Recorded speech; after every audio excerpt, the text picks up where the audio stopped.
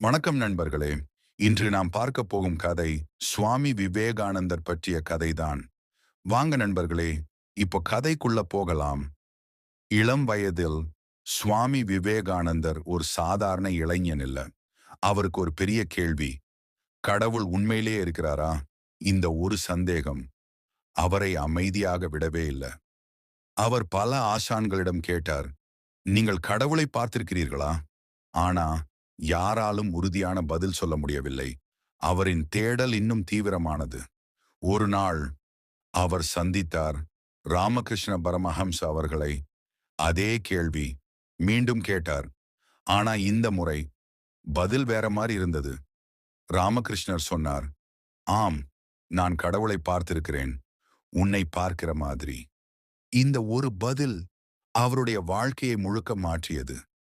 அந்த சந்திப்புக்கு பிறகு அவர் ஒரு தெய்வீக அனுபவத்தை உணர்ந்தார். உலகமே மாறிவிட்டது போல சந்தேகம் நம்பிக்கையாக மாறியது. அந்த இளைஞன் பின்னரானார் உலகம் போற்றும் Swami Vivekananda parliament of the world's religions. 1893 மேடையில் அவரின் வார்த்தைகள் உலகையே கவர்ந்தது. ஒரு கேள்வி, ஒரு சந்திப்பு, ஒரு வாழ்க்கை மட்டுமில்ல, முழு உலகத்தையே மாற்றிவிட்டது. இந்த கதை உங்களுக்கு பிடித்திருக்கும் என்று நம்புகிறேன். பிடித்திருந்தால் தவறாமல் உடனே லைக் செய்து சப்ஸ்கிரைப் செய்யுங்கள். அடுத்த வீடியோவில் உங்களை சந்திக்கிறேன். நன்றி நண்பர்களே.